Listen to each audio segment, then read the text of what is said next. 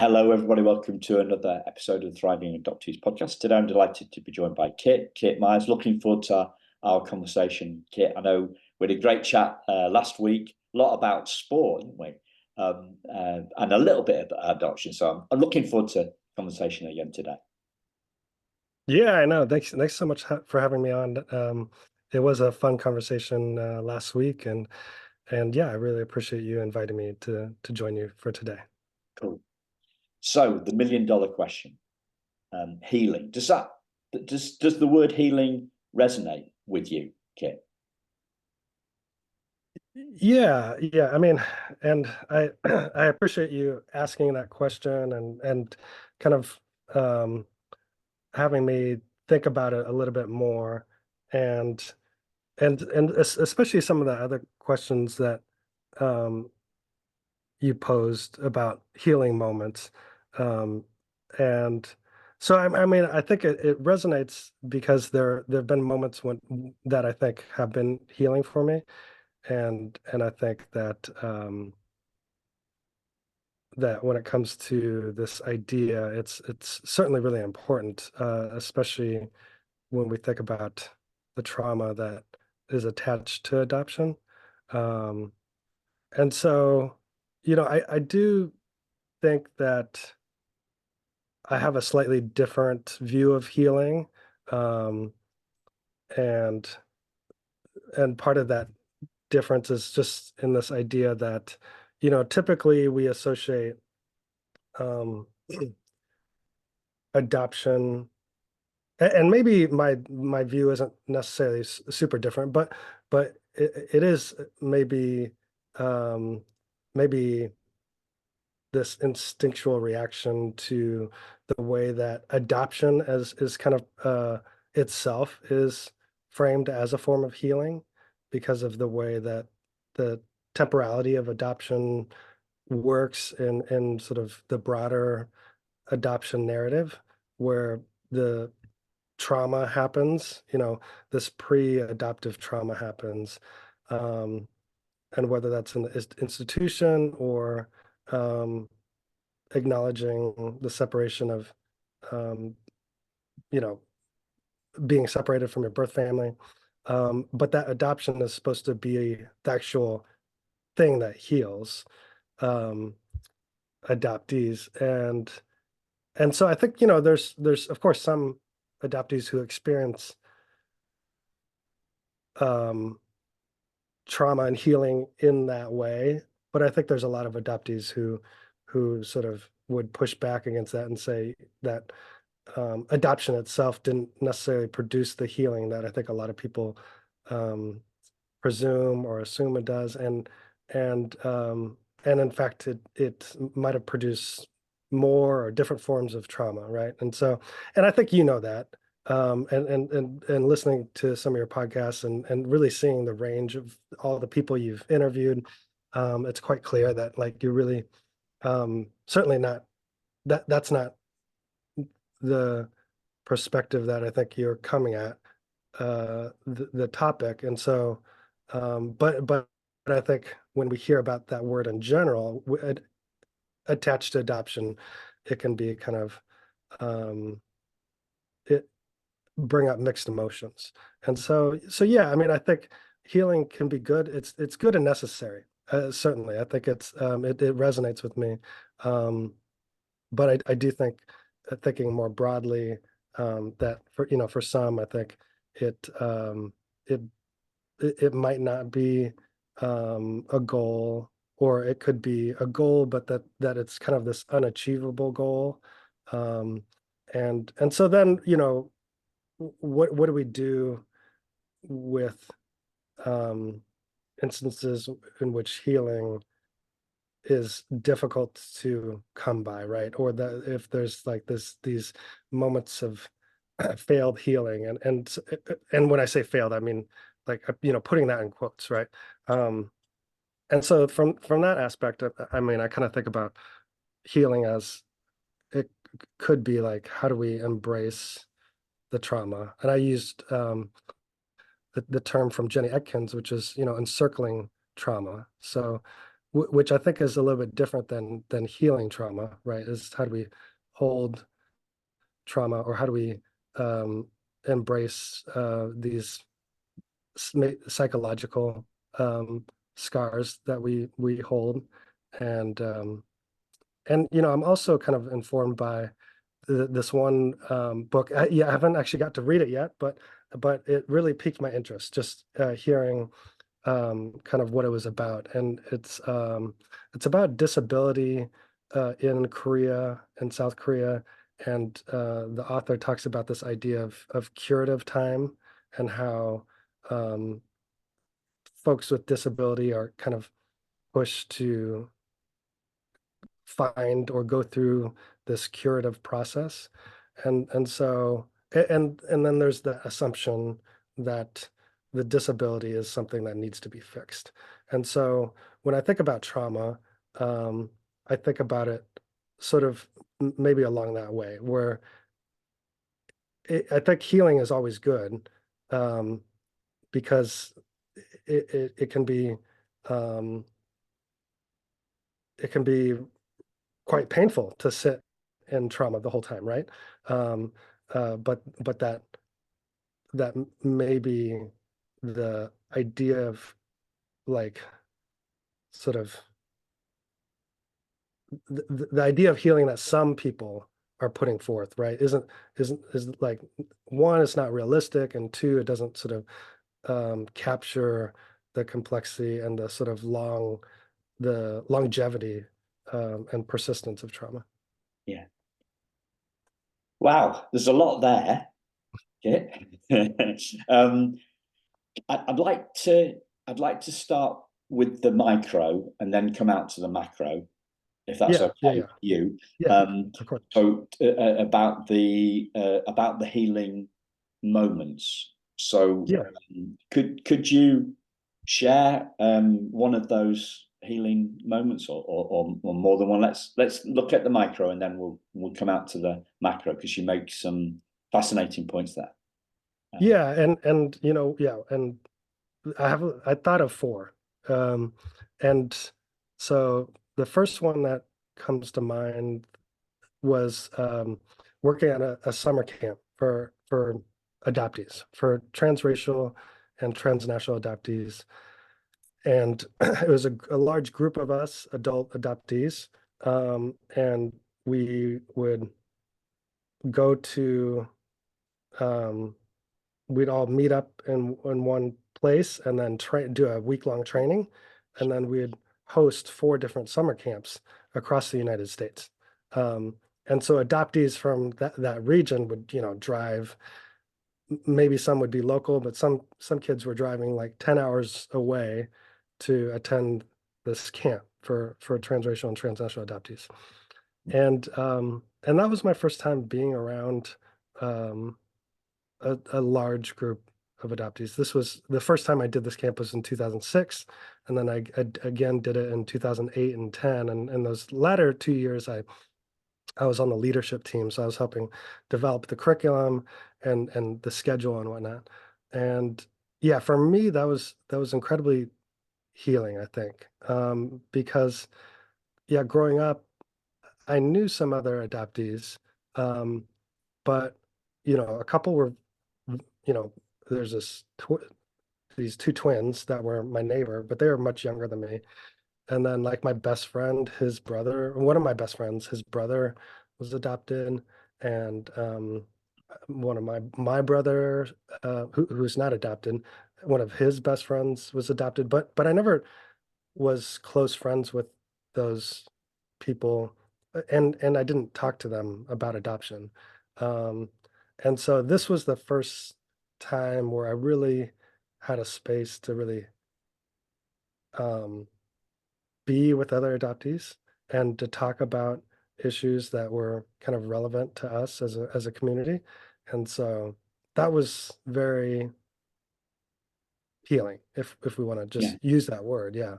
And in I mean, the word that came to my mind was validation, but I don't know.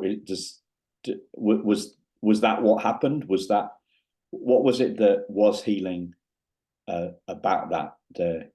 Yeah, no, yeah, Formality of it, like yeah. I lack of mean, othering, or right. I mean, I think, yeah, I mean, validation, I think is appropriate. And now that you've mentioned that, another term that one of the I interviewed one of the directors, um, uh, because there's two different directors during my time working there, and um, he's the term invisible need. That it's this um, desire and need that a lot of adoptees have, but that they don't really know that they want or desire until they experience it. And so if you don't ever experience it, and then it's not something that you really express like, oh, I need to be around yeah, other adoptees or to meet other people who have had the same experience and to share um, sort of stories of sadness or happiness um, and just or just to be with each other and not talk about adoption, but kind of know that there's this common connection. Um, so yeah, I mean, I think being in that space validates your identity and your experience. Certainly, yeah, yeah. You're not alone anymore. There's a lot of you. yeah, absolutely, yeah. Yeah, And then the second um, two moments were much more recent. So I ended up taking a DNA test, 23andMe, and right away I was connected to a first cousin, a biological first cousin, and it took a couple years, but I was finally able to connect with him. It was kind of yeah, it was kind of funny that 2 years later, after I'd reached out, he finally reached out back to me, and we started we zoomed a couple times, and then I met a couple other first cousins through Zoom, and I got to meet him in person now probably 3 or 4 times, and so meeting um, birth family um, has been pretty just an amazing experience, right? Um, and then also through that experience, um, he shared a picture of his parents and his grandparents, and then of course my mom was in that picture as well. And so that was the first time I'd seen a picture of her, and just seeing her and her siblings and her parents together in the picture was um it felt like it was a I think a special moment for sure. That and the I mean the sort of difficult aspect of that is that she had a very bad relationship with her family. So um and I knew that beforehand from the paperwork, but of course, as adoptees you kind of have a little distrust of paperwork. And so but talking with my cousins, and um hearing what their parents have said about the family dynamics, it kind of confirmed that there was a a very difficult, challenging, and estranged relationship there. yeah. And So it was both healing, but also kind of it creates more sort of this uncertainty, I guess. yeah, did do you think that the lack the poor relationship that your birth mother had with her family was that did that play a role in you being adopted, or Yeah, it definitely did. I mean, again, from the paperwork, I haven't heard this from anybody. I have not talked with my like uncles. I have two uncles and one aunt. Um, and the aunt actually doesn't know about me yet. And then the one of the uncles is not really keen on um sort of connecting with me. But the oldest uncle, um, expressed desires to meet me eventually. Um, but I haven't heard this from them, and my cousins didn't even know that she existed until Oh, maybe 6 years, 7 years ago. So she was kind of hidden from yeah, the younger generation, my generation, I guess. Um, and so that kind of shows that this was indeed sort of an estranged relationship, and part of it was, she was married, but then she had relationships outside of marriage, which then produced me. And so, yeah, that was kind of the main driver of my grandma sort of forcing her to relinquish me. right. Because you went, this was in Hong Kong, wasn't it? So this was, It was in Hong Kong, yeah. and you were in an orphanage initially, were you? Yeah. Yeah, yeah. So yeah, I was, I'm Chinese and born in Hong Kong. Um, and yeah, right after I was born, I was placed in an orphanage. Um, and I was kind of moved around a lot. I was moved around probably like five different times. Um, and then adopted when I was almost four years Yeah, old. you were 4 years Um, old. yeah. So is the you've highlighted the connections with the both cousins as healing. Is, is that about is that about grounding, about appreciating and understanding more about your roots? Is that how it's I helped? mean, I think for me, it's more just like physical evidence that I have some sort of attachment to that place. And of course, I went back to I've been back to Hong Kong uh twice. And both of those times I think were also healing moments. The second time more so probably because I went with a group of Hong Kong adoptees. There's a group of 30 of us, and and we went to a couple um an orphanage site. The orphanage was no longer there, but there was buildings around the orphanage that were still there that people remembered. Um, and then the very first time I went, I went back to the last orphanage that I stayed at, and I got to meet one of the workers who cared for me while I was there. And so they were able to, find her and sort of call her back in. And she brought in these pictures I hadn't seen. When I was adopted, I I was given an album of some pictures at a couple of the different orphanages, and so I consider myself really lucky, and I know that's like also a word that um, is less favored in the adoptee community, but I do feel like relative to a lot of other adoptees, I have a lot of documentation. Um, I have, my birth certificate, and I have these long social work narratives, and I have that kind of talk about my disposition and my appetite and my um, love for snacks and hoarding toys and Mm. and these sort of personality traits, right? Um, and and then yeah, I had this a photo album. Um, that unfortunately got stolen, years ago, because it was in my safe and my safe got stolen.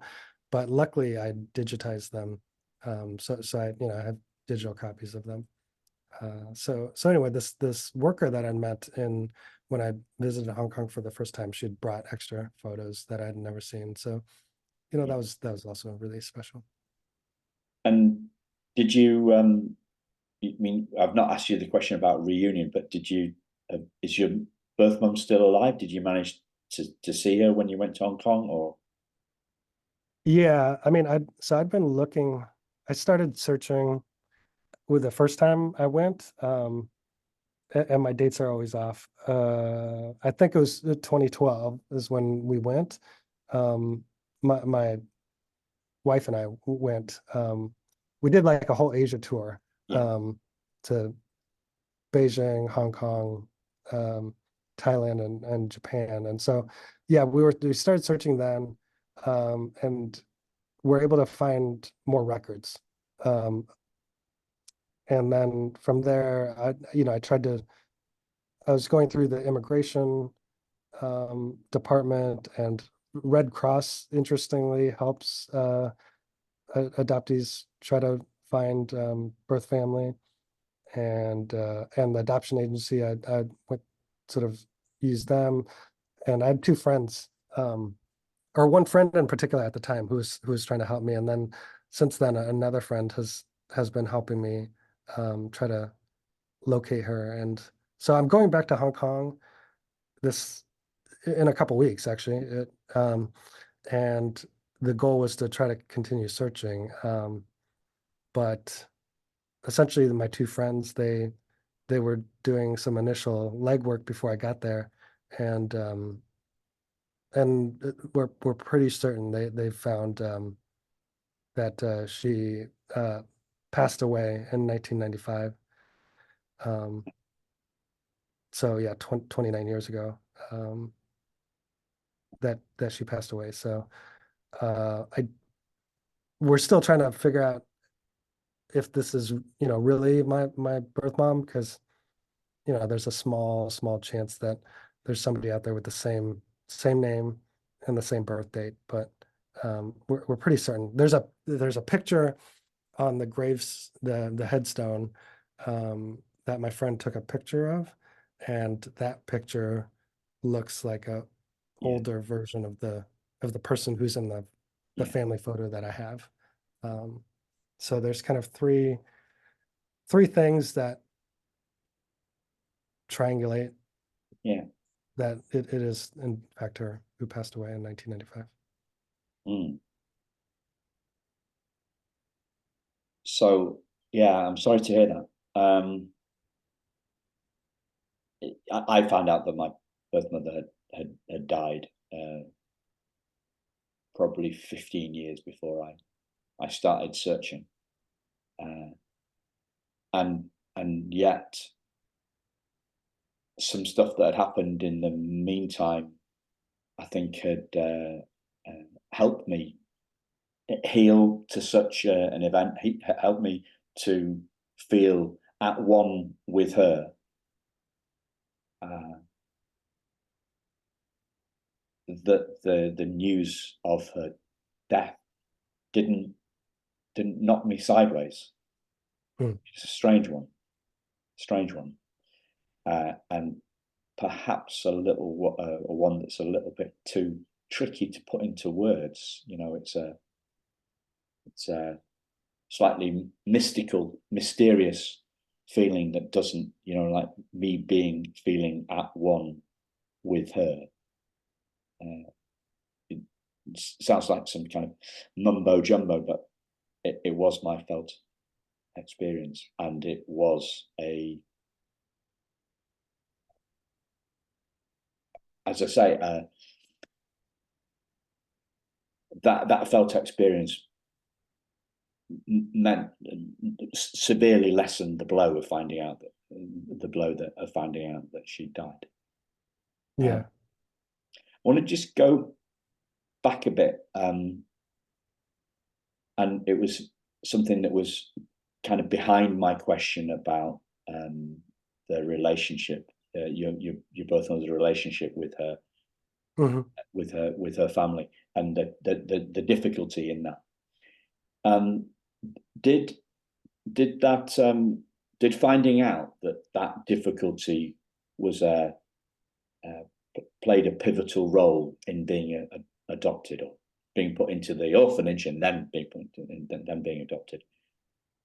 Did that rationale, did that have an impact on you? The answering of the why question. Yeah. I mean, so the the social work write-up that was in my file, it mentions this. And so I don't know that I was aware of this when I was young, but when I got older and I looked at my file, it was never something that my parents um, like kept for me, but it's something that I sort of looked at when I was older. And then even again, like my memory is so bad that I'll read stuff and then kind of forget it. And so after, reading the file multiple times at different sort of points in my life, every single point that I read it that I can remember, um, it it never like struck me as something that made me have like big feelings, um, until I found out that she passed away. Oh, Um, because, you know, up until that point, I felt like, okay, I kind of understand, like, I don't agree with it. Like, I don't agree with it, um, but I kind of understand. And then, in college and then in graduate school, of course, I learned more about the role that gender sort of shapes identity and experience and um, and outcomes and everything. And so, of course, then I started taking a more critical lens of, what it meant to be structured by this perception. She was perceived as being less intelligent based on an IQ test. And she was, the language I think that was used was, um, sexually promiscuous, or, something along those lines. And so the the judgments that come yeah, along with that, and then the sort of treatment that is attached to it. When I was younger, that was understandable, right? That to me, that those things aligned. And then when I got older, like, I was like, I didn't agree with it. But I think when I found out that she passed away, then I was, one of the things I felt was, a lot of anger toward um, my grandma in particular, in part because she's named in the document. So I have no clue, if I assume that other family members were upset by the situation, but she was sort of named as the person who um, uh, forced the situation. And um, so yeah, I think there was a lot of anger there, in part because like there's this unknown aspect of it. First of all, I mean, I still don't know if she's like, I think she's dead, but there's this ambiguity there. But um, pretty much assuming that she did pass, that to be estranged from her family, like, did she like have anyone there to support her? Because it says her death record says she died of heart attack and also cervical cancer is the secondary thing. And so, was she going through these health um these health crises, I know. by herself? And she remarried, so, hopefully her husband was supporting her, but I don't know, to be um lacking family support, which it seems to be the case because the oldest uncle didn't know. I don't think he knew that she passed away. Because when I first asked my cousin to ask her dad, he just said, I don't know where she is. He didn't say, oh, she died in 1995, right? So I think, the family didn't know. Yeah, Um, and both the grandparents have passed. So, there's a chance that the grandparents knew and then they didn't tell anybody, but yeah, I'm just not sure. And so, that it was a delayed, to answer your question. It was a delayed um, re sort of reaction yeah, to that fact. yeah. Because to me, the more I have these conversations, there's a logic, and then there's the rational stuff. Mhm. There's a logic in the rational stuff, and then there's the emotional stuff. Yeah, yeah. And we're mainly in a discussion, in a conversation like this. We're mainly touching on that rational stuff, and it Mhm. does seem in my own experience and the experience that I've had from others, understanding the reason for us being adopted takes us somewhere. It's a tick along. It's a movement along the along the healing journey, and yeah, it's the mysterious, more emotional stuff that really is the difference that makes the difference. Yeah, yeah. I mean, I think part of it is because, you know, is I know,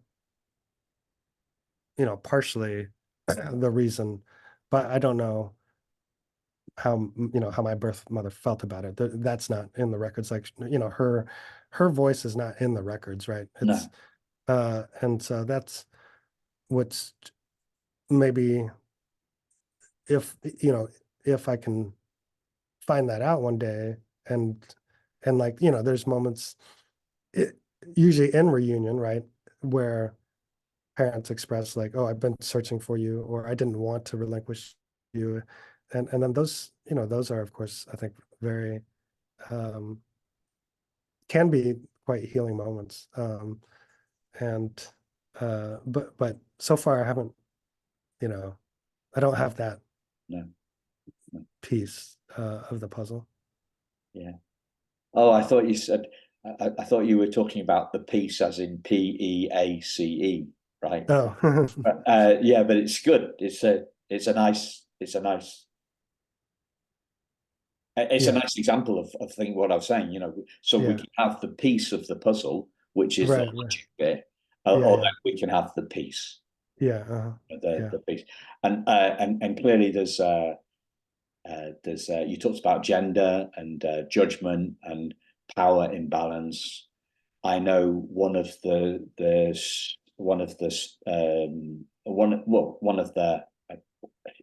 we one of the weird things that I got from the adoption, reading my adoption file, was the huge power imbalance Hmm. between uh, the well, mainly the bureaucracy and the Hmm. social norms of being a single mum, in the 60s when I was born, right?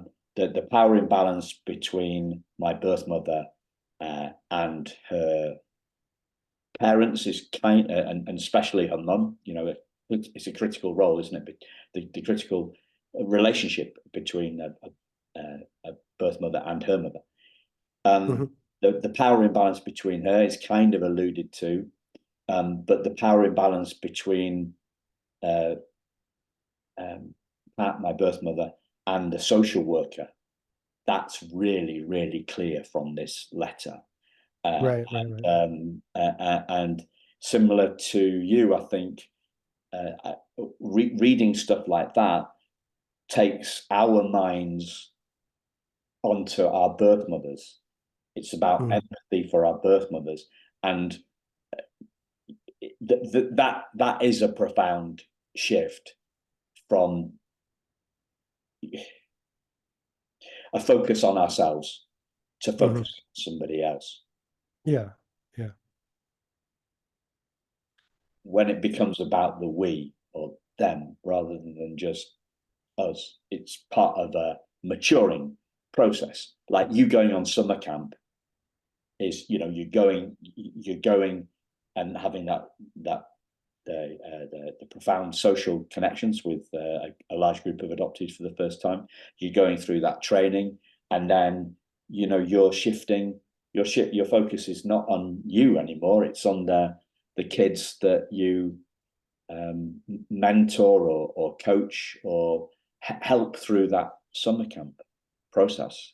Yeah, Yeah, it gives us meaning. Yeah, shifts yeah. I the mean, focus.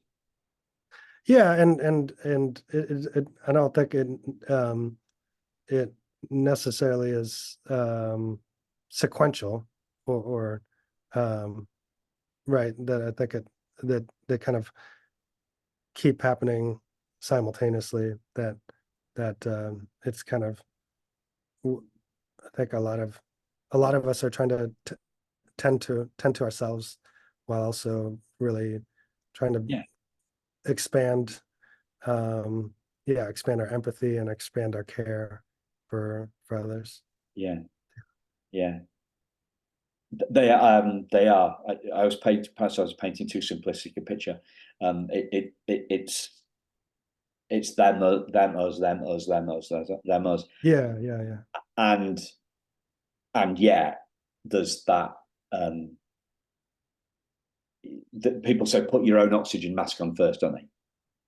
Yeah, Yeah. So we do our own. We start our own work yeah, somehow, or the other thing that comes to mind is reading about emotional intelligence. I read a book about emotional intelligence a few years ago, decades ago, maybe, and it starts. It starts with us. It's about our own regulation, our self understanding, and then the relationship yeah, piece. Yeah, yeah, it starts with us. It starts with us. Um, so you talked about 4 experiences, and I think you've covered 3 so far. But that might be just yeah. losing count. No, that's a great mental record keeping. I would have definitely lost track if I was on your side. Yeah, no, yeah, there I had the fourth, and the fourth one was also very recent, and it has to do with, I'm a professor. I'm an assistant professor at University of California, Merced, and I've been, doing research on adoption for a long time now. That was my dissertation work, and then my continued research when I got to UC Merced. And so I've been working on a book. That's what we have to do. We have to write a book to get tenure in my field. Um, and so I've been working on this book, and I've been trying to figure out a way to like talk to my parents about it. Because um, again, I think like a lot of adoptees, there's this instinct to protect our adoptive parents. Um, and because there's this fear um, of like a second separation. And I think that fear is fairly it's a fairly reasonable fear to have, because there's a lot of adoptees who are estranged from their adoptive families. Um, and then there's instances in which you know there's other forms of separation that happen at a much earlier stage, um, of like adoptive families, like annulling adoptions or rehoming and those sort of things. And so I think, growing up, there's this feeling of trying to please, or Not upset. yeah, not upset, right? The your family, um, so that you can't get sent back to the orphanage or the foundling institution, right? Um, and and so anyway, but I mean, mine was more based on this, just the um because I love my adoptive family a lot, and I know that they love me, right? The book is a strong critique of adoption. Um, and so I just worried how it would sort of sit with them and how they would interpret it and receive it. And, I've tried to write it in a way that um, doesn't um, that people can sort of go through it, sort of kind of not in a step-by-step process, but in a sort of progressive process where that it doesn't sort of hit them on the side sort of right away. Um, but yeah, there's this long held fear that I had about talking um, to them about what I was researching. And so, when I talked to them, it was very vague and general. Um, and but eventually I knew I needed to tell them because the book was going to be published. And at some point I realized like this book is actually going to be published. I'm going to finish it and somebody's going to publish it and they will want to read it. Um, so anyway, this last um, Christmas, I was with family and I finally decided with the help of my therapist, who had, I'd been talking about this for like the last 2 years, um, that yeah, I was going to tell them. And so then it came up and I mentioned it um, a little bit sooner during our visit than I wanted, than I had planned. And so I sort of told them what the title is, and the title is called um, "The Violence of Love: colon Race, Adoption, and Family in the United States." And so, um, yeah, we talked about it a little bit that evening, not too much in depth, but it was kind of like, okay, I finally got it out there, and and the a couple days later, it was either the next day or I think it was a couple days later, we ended up actually going out to lunch, just my dad, my mom, and my brother and I. And that was the first time the four of us had been together, just the four of us, in a really long time. Like I can't remember the last time the four of us, just ourselves, like there's no kids around, there's no spouses around, um, just the four of us for an extended meal, a drive in the car, and all of this. And so, my mom um, asked us at lunch, both me and my brother, um, this upcoming year, what are the ways that your dad and I can support you? And Wow. and I my brother went first, and he talked about some different stuff, and then I went, and essentially I took the opportunity to sort of bring it up again because the first night, was very kind of surface level, just to kind of break the barrier or the ice, so to speak.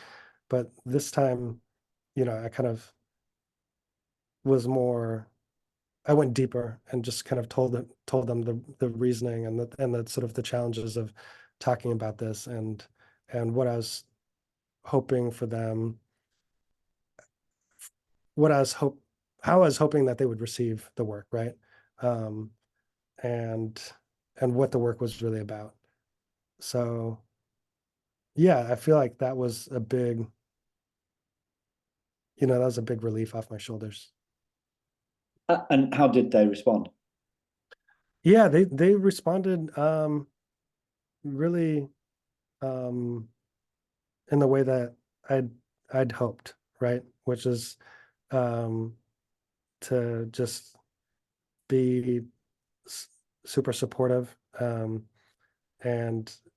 they express their love to me and their sort of, yeah, their unconditional support, you know. Um, my dad joked that the only thing he was upset about is that it took me so long to tell them. Um, but yeah, I mean, I think there's still some more conversations to be had. I think there's still there's a lot of details in the book, right? That are that kind of can hit hard. And so, we'll probably have more conversations about it, but it was a really um important moment and I felt it was healing in that it finally allowed me to talk about something that I hadn't really been able to. Um, and a lot of that was on myself, right? I think I put a lot of that on myself. Um, but yeah, that was the fourth thing. Yeah. Wow. So yeah, I think we can uh, see troubles lying ahead when there is no trouble there. I think we can. I've definitely done that in relation with similar sort of stuff. You know, me podcasting and talking about my stuff, Yeah, yeah. and me podcasting and talking to fellow adoptees. And I think about 3 months ago, my mum said, "You are okay, aren't you? You are okay, aren't you?" I said, "Yeah, yeah, I'm fine." Yes. But one of the um, one of the things that surprised me slightly has been about that my mum's attitude to this adoption stuff has changed at a relatively late, a late age. So she's 86 now. Mm-hmm. Have I got that right? No, she'll be 86 in a couple of weeks. 38. Yes, that's right. This is real life.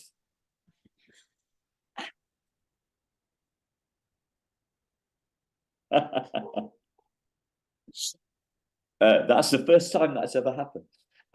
The front door. We have a bell on our front door, and it links to two bing bongs. One of them is in my office because sometimes I don't hear the thing. So who's delivering at 6:10 on a Tuesday night? It's probably Amazon, right? So yeah, my mum's coming up 86, and her attitude to something to do with adoption and reunion and search actually has changed quite significantly just between the ages of 81 and 85 as she so the reason that I'm saying that is perhaps more for the listeners than yourself, Kit. Like, but you know, I thought that the older we got, the more set in the ways we are, right, and set in our beliefs and our thoughts and actions and all that sort of stuff. So this was quite a surprise to me. So Yeah. I'm saying it for the listeners, like just in case you know your parents' attitudes might have changed since last time you looked into a certain area. So don't be like I assumed that she wouldn't have changed, and in my assumption that she wouldn't have changed, I became agitated about bringing up having the conversation with her. When I got to that conversation, there was no agitation because she had changed. So Yeah, yeah. I mean, I do think I think it's like a two-way sort of anxiety, right? I think that there's adoptees who are worried about um, sort of rocking the boat or hurting their parents. And you know, there's this quote by Angela Tucker who just wrote this. You know, her book just came out recently, and I'm going to butcher the quote, but it's something along, you know, to be honest is or to be truthful or honest is to hurt someone I love or something like that. And so um and I think that can and does happen quite a bit. But I think you're right in that um that people, you know, can have the capacity to be hurt, but also try to provide love and support. And maybe sometimes the love and support that they sort of put forth or deliver is imperfect. Um, and so maybe that can sort of become hurtful to the adoptee again as they're trying to open up and express themselves. Um, and sometimes our communication can be imperfect, and that's maybe one reason why it becomes hurtful for the adoptive parents. And then the same thing with adoptive parents, I think a lot of times when they keep like these big secrets, right? I mean, we know of this, of how like late discovery adoptees or sort of making up stories or not disclosing about certain records or historical um, pieces of their child's um, history and identity. That some of it is sort of this idea of I think from our perspective, sometimes we feel like, oh, that was selfish for them to do. But I do think like a lot of times it's coming from an idea of love. And again, I'm not going to claim that it's a perfect form of love, right? It's a very imperfect form of love, but I think that it that a lot of what is done in adoption is rooted in love. But again, this is what my book is about. When I say the violence of love, I'm talking about the complexity of love, like that we imagine and practice love in these different ways, and we attach it to adoption, and that uh, but that there is this violence that is attached to love, or there's this violence that produces the possibility for love to exist. All of these things, all of these relationships between the two, and so I talk a lot about it in terms of um, especially in the conclusion. When we talk about love, I kind of return to love and say, what do we mean by this idea? And what would love and care look like if we sort of imagined um, adoption as a form of care rather than the epitome of care. And so it's just to the goal of the book is to try to help us think about these ideas, and sort of the complexity of them a bit more. And if I remember rightly, the book's out next year, is it? Yeah, January 2025. Right. Yeah, it'll be open access with University of California Press. So you'll be able to purchase it in a traditional sort of book form, but you could also just go to the University of California Press website and access it for free online. So I'm conscious of time, and we haven't got into the macro stuff yet. So what I'd like to do, Kit, is to extend an invitation when the book's out. Do you want to come back on and talk about the macro stuff that we didn't really get into? Would you like to do that? That sounds like a great idea. I'd Yeah. love to. Okay. Cool. And I'm thinking, like also like we can get some Amazon pre-order. You can usually pre-order books on Amazon. I love the title. I love the juxtaposition, and I don't use the word juxtaposition uh, very often.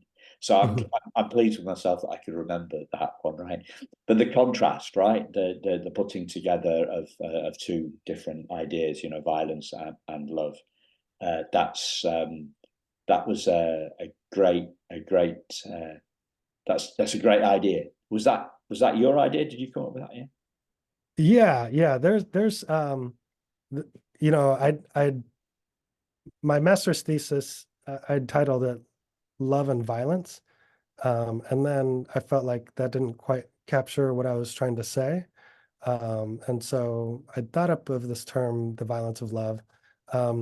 It does turn out that there's a I think I don't know if it's a Catholic bishop, Oscar Romero, who's written on this phrase. And I took a look at that text, and it's talking about um, in a very different context. And so he also uses the phrase as well. But other than the two of us, yeah, it's just That's cool. the two of us.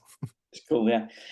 What came to mind as you were kind of wrapping that up to me was you used the word judgment a bit,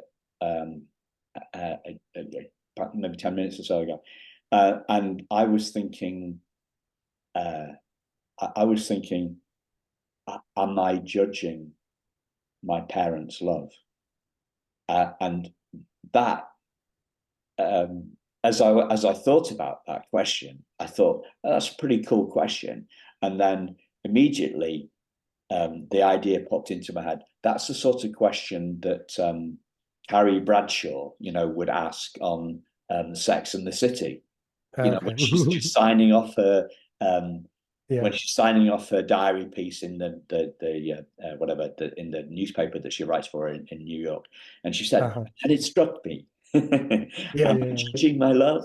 yeah, yeah. So yeah, that was a double. So that was judging my own thought of judging our love. So, but I think it's a great, the violence of love, and it goes to the complexity of this stuff, which